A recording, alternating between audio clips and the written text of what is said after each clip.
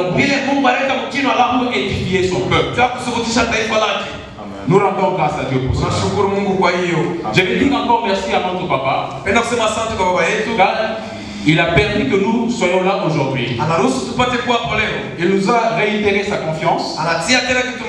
Que nous puissions nous tenir devant vous et parler de Dieu. Et transmettre ce que Dieu a mis à nous pour nourrir son peuple. J'ai dit encore aussi merci au collège des anciens ici présents et aussi à toutes nos mamans qui les accompagnent, car ce sont elles qui sont derrière eux, qui les soutiennent pour qu'ils puissent tenir et travailler pour le Seigneur. Merci aussi à vous, peuple de Dieu, pour votre présence. Que Dieu vous bénisse. Que Dieu vous bénisse. Je pense que vous avez aussi été richement bénis. Vous tous qui avez été là durant toute la semaine. C'était une semaine extraordinaire. Que Dieu puisse remplacer dans vos vies toutes les années qui ont été dévorées par le Genèque, la sauterelle, le asile et le kazam. Lui-même, il est capable de le faire. Que Dieu vous bénisse. Nous sommes toujours dans le thème de la semaine que nous trouvons dans Joël 2, verset 25. Si quelqu'un peut nous lire. La répétition est la mère de la science, comme les hommes de science aiment le dire.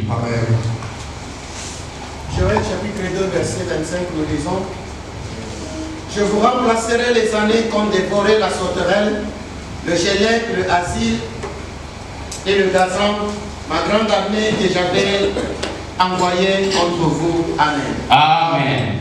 Nous allons prier. Père éternel, merci Seigneur Jésus. Je te bénis, Papa, car tu as permis que ce matin, je sois devant ton peuple, Seigneur. Je me disais, que vais-je dire, Papa? Mon Dieu, manifeste-toi, éternel. Papa, c'est que tu as prévu pour ton peuple ce matin, mon Dieu, que tu le dises. Je recommande mon intelligence entre tes mains. Je recommande ma langue entre tes mains, Papa. Mon Dieu, que tu puisses l'utiliser, Papa, pour édifier ton peuple, Seigneur. Je le commande et ça entre tes mains. C'est en ton nom merveilleux, Seigneur, que j'ai ainsi prié. Amen. Amen. Alors, moi, j'ai commencé le vendredi vers 15h. Par rapport au sujet de la semaine, moi, j'avais mis un petit sous-thème. Et ce petit sous-thème, je l'ai intitulé, ou je l'avais intitulé, les voies de la restauration. Les voies de la restauration. Nous avons vu ce vendredi-là, il existait plusieurs causes qui faisaient que les sauterelles venaient dans nos vies et détruire tout ce. Nous avons parlé du péché. Nous avons parlé de Dieu lui-même qui nous éprouve. Nous avons parlé du diable qui nous attaque. Et nous avons dit aussi il y a des fois que nous ne savons même pas pourquoi nous souffrons. Des fois la loi de la nature s'impose sur nous et fait que nous puissions souffrir. Tout cela n'est pas un problème. Car Dieu est là pour réparer tout cela. Alors le Seigneur m'avait mis à cœur de parler avec son peuple sur les voies qui mènent vers la restauration. Alors j'ai parlé de 7 voies. Le vendredi, nous allons parler de la repentance. Nous avons parlé de la fidélité à Dieu comme deuxième voie. Nous avons parlé de la persévérance dans la crainte de l'Éternel comme troisième voie. Nous avons parlé de la foi. Nous avons parlé de la lutte avec Dieu. Nous avons montré comment Jacob a lutté avec l'Éternel. identité a été changée. De Jacob qui est usurpateur pour devenir Israël. C'est lui qui a lutté avec Dieu. Et le sixième point, la sixième voie, c'était le combat. Le combat. Il arrive de fois que le diable amène les sauterelles dans nos vies. Il faut nous lever et combattre l'ennemi. Il faut nous lever comme des héros pour combattre l'ennemi. Et l'exemple que nous avions donné, c'était l'exemple de la ville de Tsika. Qui avait été détruit par les ennemis. David se leva après avoir demandé l'autorisation de Dieu. Il allait combattre les ennemis. Et à la fin, il est sorti vainqueur. Il avait récupéré tout ce qui avait été volé. Même sa femme a été récupérée. Tous ses biens ont été récupérés. Le combat. Il arrive de fois, nous devons nous lever. Nous devons faire la guerre pour obtenir notre restauration. Faire la guerre comme des vaillants héros pour obtenir notre restauration. Je vais donner un exemple pour faire rire. J'ai un ami qui est magistrat. Qui me répétait toujours, se laisser faire est punissable par la loi. Le diable arrive dans ta maison. Il détruit ton travail. Il détruit ta famille. Il détruit tes enfants. Et tu restes en train de le regarder. À un certain moment, il va dire non. Il faut se lever. Il faut combattre pour obtenir sa restauration. Et la septième voie, c'était la dernière. C'était la grâce. Nous avons dit que c'est sur ça que nous allons parler aujourd'hui. Et alors, le sous-thème d'aujourd'hui, je l'ai intitulé la saison de la grâce dans ta vie. La saison de la grâce dans ta vie. Ce n'est que par la grâce de Dieu que nous sommes ce que nous sommes. Ce n'est que par la grâce de Dieu que vous êtes ce que vous êtes. Ou sinon, on pourrait peut-être être des féticheurs, comme le frère l'a dit tout à l'heure. Alors, notre message du jour, nous allons le trouver dans Jean chapitre 8, du 3e au 11e verset. Jean chapitre 8, du 3e au 11e verset. Je vais lire. Alors, les scribes et les pharisiens amenèrent une femme surprise en adultère et la plaçant au milieu du peuple, ils dirent à Jésus: Maître, cette femme a été surprise en flagrant délit d'adultère. Moïse, dans la loi, nous a ordonné de lapider de telles femmes. Toi, donc, que dis-tu? Il disait cela pour l'éprouver, afin de pouvoir l'accuser. Mais Jésus s'étant baissé écrivait avec le doigt sur la terre. Quand il continuait à l'interroger, il se releva. Il leur dit que celui de vous qui est sans péché jette la première, le premier la pierre contre elle. Et c'est donc de nouveau baissé. Il écrivait sur la terre. Quand ils entendirent cela, accusés par leur conscience, ils se retirent un à un. wakaanza kutoka moja moja, Depuis le plus âgé kuanzia hapa mkubwa kwa wote jusqu'au dernier. mpaka kwa mtoto kati Et yao. Jésus resta seul Yesu akabakia yeye peke avec la femme qui était là au milieu. na huyo mke alikuwa katikati. Alors, Na sasa s'étant relevé akasimama, et ne voyant plus que la femme, akaona mpaka mke. Jésus lui dit, Yesu akamwambia, femme, mke, où sont ceux qui t'accusaient? wapi wale walikuwa nakuchongea? Personne ne t'a-t-il condamné? Hakuna hata mtu alikuhukumu? Elle répondit, non Seigneur. Akajibu, hapana Bwana. Et Jésus lui dit, Na Yesu akamwambia, je ne te condamne pas non plus. mie pia sikuhukumu.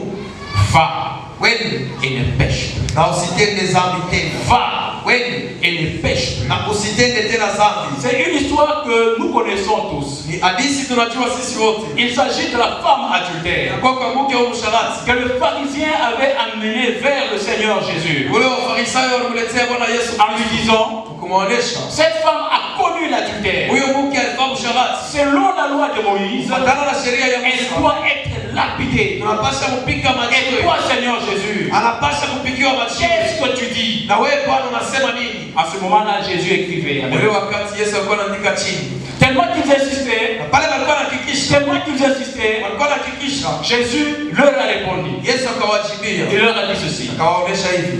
que celui qui est sans péché Ule anakuwa bila dhambi. jette le premier la pierre contre elle. Atupe wa kwanza jiwe kwa huyu mwanamke. Quand ils se sont mis à s'examiner eux-mêmes, Wakati wakaanza kujichunguza wao pekee, ils se sont rendus compte que wakatambua ya kwamba ils sont tous coupables. wote wanakuwa Ils sont tous coupables. wote wanakuwa na hukumu. Nous sommes tous coupables. Tunakuwa si wote wenye Ils kuhukumu. sont tous coupables. Tunakuwa si wote wenye Et un kuhukumu. à un, Na kila mmoja wetu ils ont commencé à lâcher la pierre. na moja wa moja akaanza Et kushusha partir jiwe. un à Na wakaanza enda moja moja. un, du plus vieux Kuanzia kwa mkubwa au plus jeune. mpaka kwa mtoto. Si tu as une pierre Kama kuna jiwe que tu gardes dans ta main, unachunga mkono yako, que tu veux utiliser unapenda kuitumia pour lapider celui qui t'a offensé, za kupika ula kutendea Dieu vibaya, te demande ce matin Mungu anakuomba asubuhi ya de leo, lâcher la pierre. acha De lâcher la pierre. acha ile De jiwe, lâcher la pierre. acha ile jiwe, Car tous nous sommes coupables. kwa sababu shimo wote tunahukumiwa, Car tous nous sommes kwa coupables. sababu shimo wote tunahukumiwa. 2 Corinthiens 5:21 dit, Korinto wa pili sura ya 5 il inasema n'y hivi, a que Jésus qui n'a pas péché. mpaka Yesu ndio asikutende dhambi, Il n'y a que lui qui n'a point connu de péché. mpaka Yesu asikutende dhambi, Et Dieu l'a fait devenir péché pour nous. na Mungu akamfia kuwa dhambi kwa ajili yetu. Ce faisant que ce n'est que lui qui n'avait pas de péché. Yeye vile Yesu kukuwa na dhambi, C'est lui qui avait le droit yeye alikuwa na haki de prendre la pierre na kuchukua jiwe et de lapider la na femme. kupika ule mke, Mais il ne l'a pas fait. lakini asikuifanye. Mais il ne l'a pas fait. Lakini asikuifanye Pourquoi? juu ya nini? Parce que le Fils de l'homme Kwa sababu wana wa Mungu, est venu wana wa Mungu walikuja non pour perdre les âmes des hommes, hapana juu ya kupotesha manafsi ya mais watu, pour les sauver. lakini juu ya kuiokoa. Il est venu non pour nous perdre Eko pale juu ya kutulinda, et non pour... il est là pour nous sauver eko pale juu ya kutuokoa, et non pour nous perdre. hapana juu ya kutupotesha. Beaucoup de gens, Watu wengi les sauterelles ont mangé leur vie. wapanja walikula maisha yao, Les sauterelles ont terrassé leur vie. wapanja wanalabisha maisha À yao, telle sorte qu'aujourd'hui, mpaka wakati leo il n'y a que la honte et l'humiliation qui est restée dans nos inakuwa vies. tu ni aya na bakia hapa maisha Il n'y yao, a que la honte et l'humiliation qui est restée dans nos vies. unakuwa tu ni kushushwa na kuaya na aya ni maisha yao. Aujourd'hui matin, Leo asubuhi, aujourd'hui matin, leo asubuhi cette semaine, hii wiki nous avons imploré l'Éternel. tunaomba wa milele, L'Éternel s'est manifesté. wa milele Et akaonekana. je sais que ce matin, Najua asubuhi ya leo mbingu le itafunguka. ciel va s'ouvrir, Mbingu le itafunguka. ciel va s'ouvrir. Et la honte Aya et l'humiliation qui était sur ta vie, hiyo kukubeule ilikuwa kwa Dieu maisha va yako, le retirer. Mungu ataitosha, Mungu ataitosha. Dieu va le retirer, Mungu ataitosha. Dieu va le retirer. La femme adultère, Huyu mke msharati elle ne pouvait pas lever sa tête asiweze kunamsha parce kichwa qu'elle yake, était sous la honte. kwa sababu alikuwa Elle mbaya, était sous l'humiliation alikuwa na aya, parce qu'elle était accusée. kwa sababu alimchongea. Et lorsque son regard a croisé celui de Jésus, Lakini pale macho yake ikambatana na la Yesu, honte lui a été retirée. aya ilimtosha, L'humiliation lui a été aya retirée. Le ilimtosha. Seigneur va enlever l'humiliation. Wa milele atatosha Le aya, Seigneur va enlever la wa honte de milele ta vie. atatosha ile aya ya maisha yako. Le Seigneur va enlever le Mwambie yeye atatosha haya. Amen.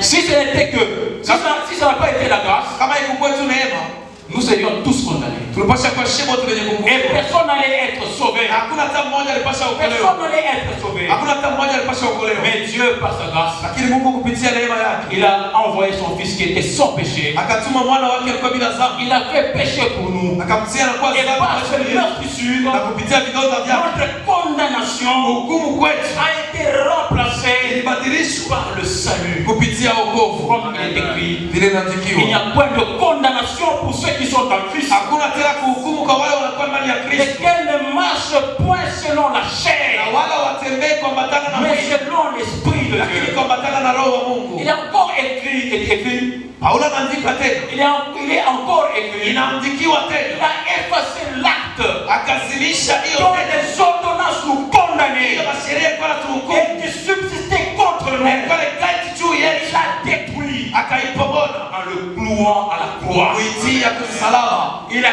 détruit akapomola en le clouant à la croix. kuisulubisha kumsalaba. Jésus-Christ. Yesu Kristo, Nous n'avons plus droit à la condamnation. hatuna tena na Nous kuhukumu, n'avons plus droit à la condamnation. hawezi tena Nous kutuhukumu, n'avons plus droit à la condamnation. hawezi tena kutuhukumu. Le Dieu que nous servons, Huyu Mungu tunatumikia, c'est un Dieu de restitution. Mungu wa kurudishia. Le Dieu que nous servons, Huyu Mungu tunatumikia, c'est un Dieu de deuxième chance. ni Mungu wa aina ya C'est pili, un Dieu de seconde chance. ni Mungu wa bahati ya Il pili, n'est jamais fini avec lui. aliyeishaka na Il n'est yeye, jamais fini avec lui. aliyeishaka pamoja naye, Peu importe jusqu'où nous tombons, ingawa mahali ile tutanguka, Dieu est toujours là pour nous Mungu restaurer eko pale ndio kutulamusha et nous restaurer. na kututia Peu upya, importe à quelle distance nous fouillons Dieu, ingawa urefu ule tunakimbilia, il est toujours là eko mpaka pale, à nous attendre à bras ouverts. eko natuchunga mikono wazi, Peu importe à quel point nous avons foiré, ingawa wakati ile tulipotesha il yote, est prêt à nous restaurer eko tayari et kututia à nous upya utiliser pour ses desseins. na kututumikia tena matengenezo yake. Dieu est toujours prêt à nous pardonner Mungu eko tayari ya kutusamehe et à restaurer son peuple. na kutia upya taifa Il lake, est toujours prêt eko tayari à nous offrir un nouveau départ. ya kutupatia mwenendo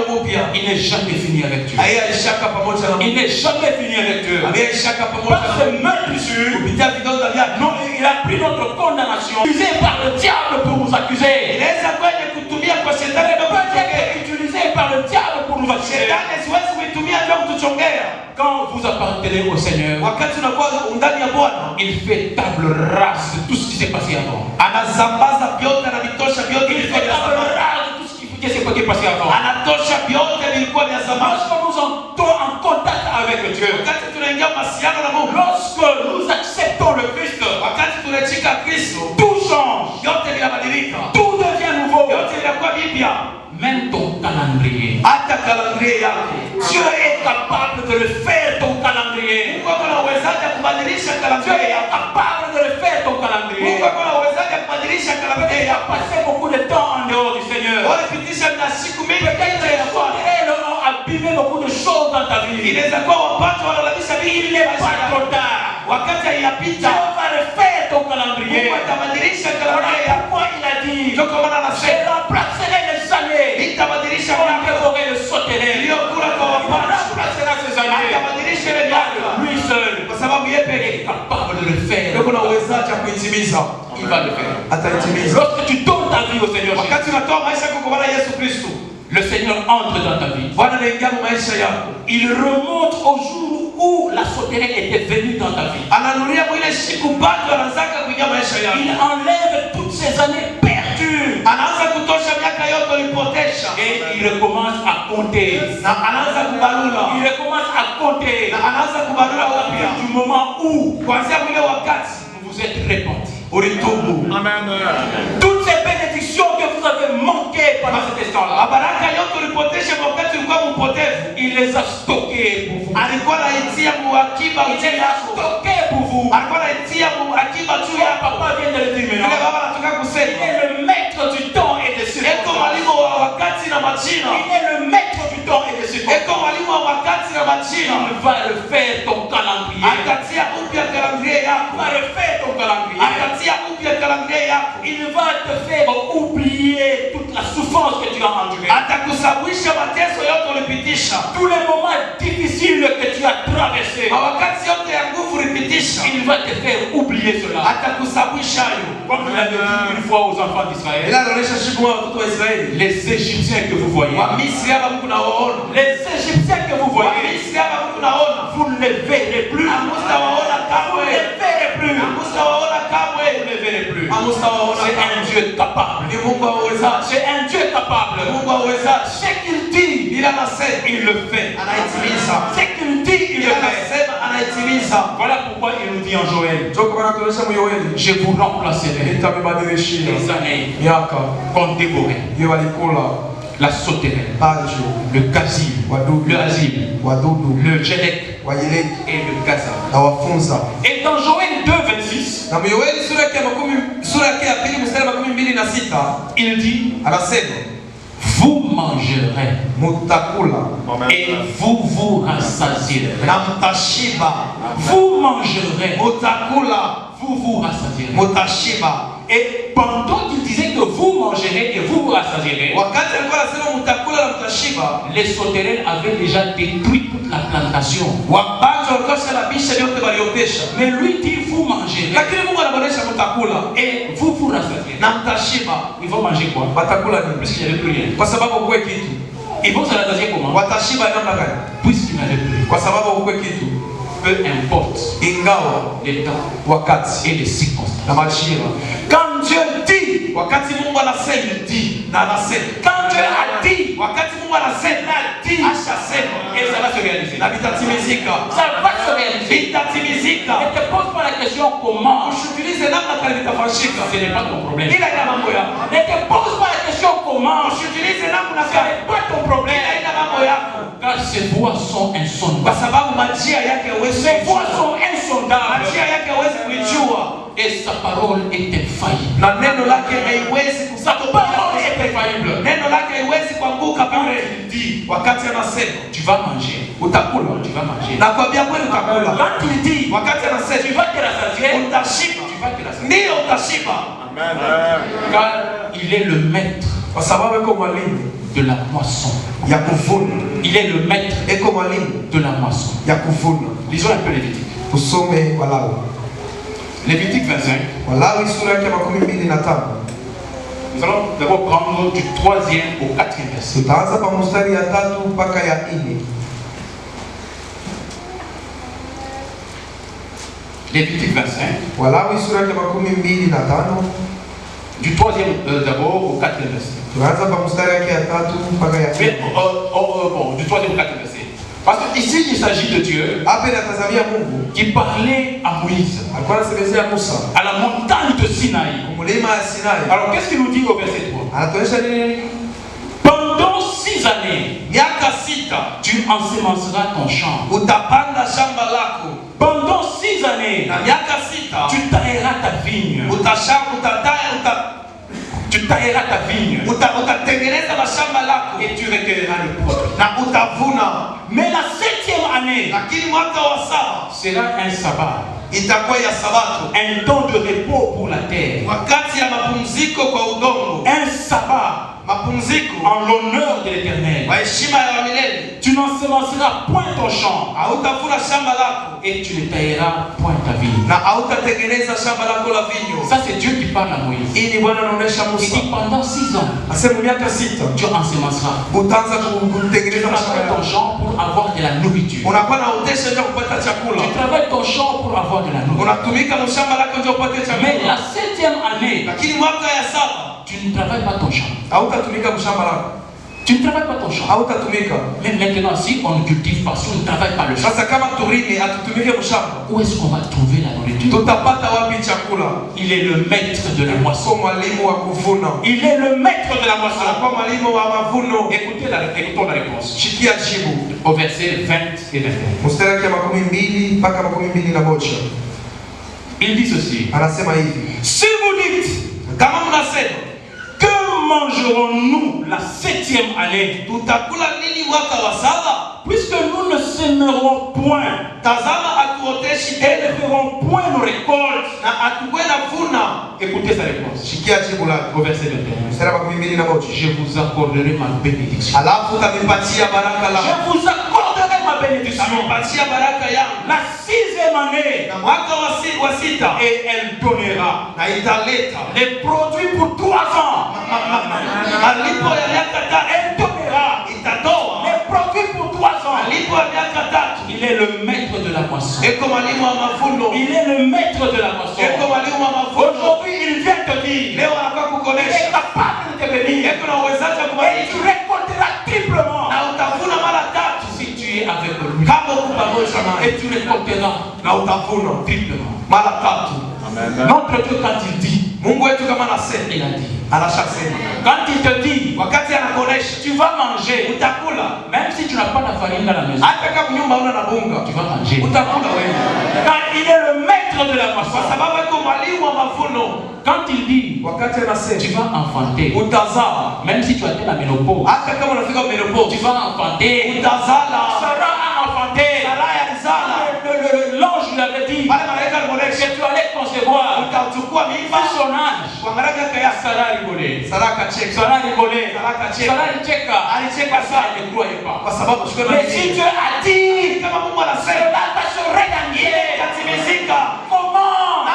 Cela n'était car ses voix sont insondables. Sa parole est infaillible. Quand tu dis que tu vas accoucher, tu vas accoucher. Notre Dieu est un Dieu capable. Quand il dit, tu vas travailler, tu vas travailler. Même si tu n'as pas déposé un demande d'emploi, tu vas travailler. Parce que c'est lui qui a dit. Et lui-même sait comment il va faire que tu puisses arriver à travailler. Dieu est capable. Dieu est capable. Quand il te dit que tu vas construire, tu vas construire. Même si tu n'as rien, même si tu n'as pas de moyens, parce que celui qui a dit ça va arriver, il est le maître de la moisson. Il est le maître de la moisson. S'il dit que tu vas te marier, tu vas te marier. Même si tu n'es pas fâché comme Kardashian ou quoi que ce soit, Dieu est capable. Quand il dit que tu vas te marier, même si l'âge est déjà avancé, tu vas te marier. Moi j'ai déjà vu une maman de 60 ans se marier et porter la robe blanche. Rien n'est impossible pour Dieu. Quand il dit, cela va se réaliser. Cela va se réaliser. Je m'appelle une fois, j'avais l'habitude de payer le carburant dans une station. Alors dans cette station-là, je ne sais pas si c'était la particularité de la station, ils utilisaient des jeunes dames comme des pompistes. Alors chaque fois que je passais, il y avait 4 ou 5 dames ou demoiselles là-bas. Alors parmi elles, il y avait une qui n'était pas très attirante ou bien fashion ou quoi, je ne sais pas. Chaque fois quand je passais par là, les autres l'habillaient, mais elle était toujours en pantalon couvre-feu. Il y a des bottes là. Et quand tu viens là, elle t'accueille gentiment. Elle a pompé à te mettre le. Alors il s'est passé un moment. Chaque fois que je passais par là, je ne la voyais plus. Je ne la voyais plus. Bon, alors un jour par curiosité, je me suis dit, je demande un peu. Mais elle est où? Je ne la vois plus. La dame ici avec qui vous travaillez, je ne la vois plus. Où elle est? Ils m'ont dit, non, papa, ils m'ont répondu. La dame avec qui on travaille ici, elle n'est pas au pays, elle est à l'étranger. Elle est à l'étranger, elle est allée faire quoi? Elle dit, on l'a épousée, elle a suivi son mari aux États-Unis.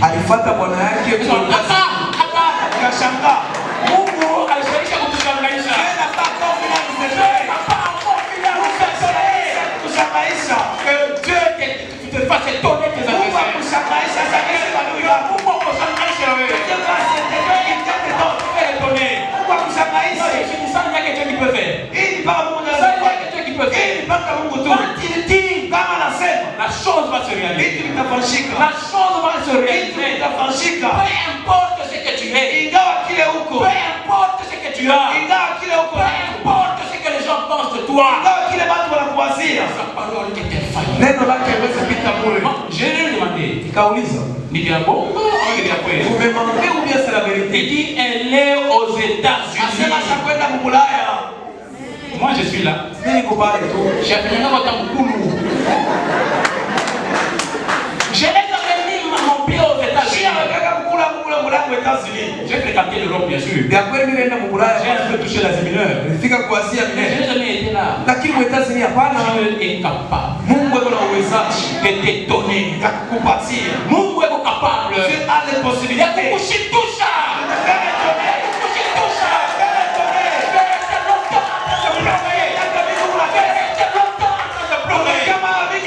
Le temps est arrivé. Le temps de restauration. Il va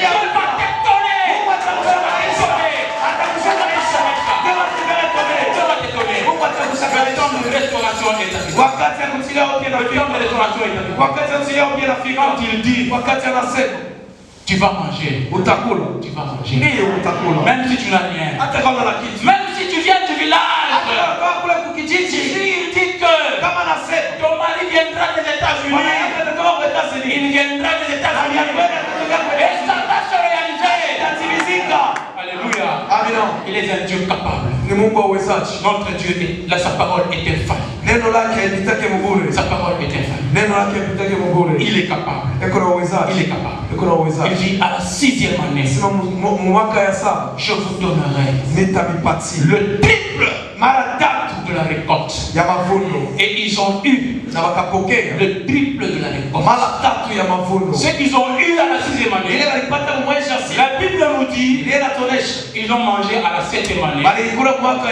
Ils ont mangé à la 8e année. Et ils ont mangé à la 9e année. Mungu aishe njala yako. Dieu puisse finir ta faim. Que Dieu termine ta faim. Mungu aishe njala yako. Que Dieu termine ta stérilité. Que Dieu te donne la fécondité. Remplace tout ce qui a été détruit dans ta vie. C'est pas quelque chose de viable. Et quand Dieu fait, tout le monde saura que Dieu l'a fait. Parce que ce que Dieu fait, et tout le monde, ce que Dieu fait, et tout le monde, il est capable. Il est capable de tout. Moi j'aime bien le musicien qui chante. C'est lui qui fait une opération sans cicatrice. Nous à l'hôpital, quand on fait une opération, quand ça cicatrise, quand ça guérit, même après des années, si quelqu'un vient et regarde, il va dire Alumia. Ici, il était blessé. Ici, on avait opéré. Mais quand Dieu opère dans ta vie, personne ne verra la cicatrice.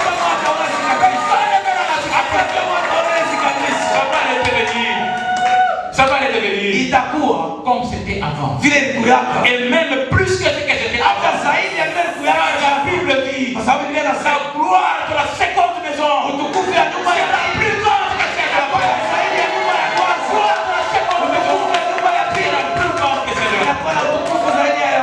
C'est un Dieu capable. C'est un Dieu capable. C'est un Dieu capable.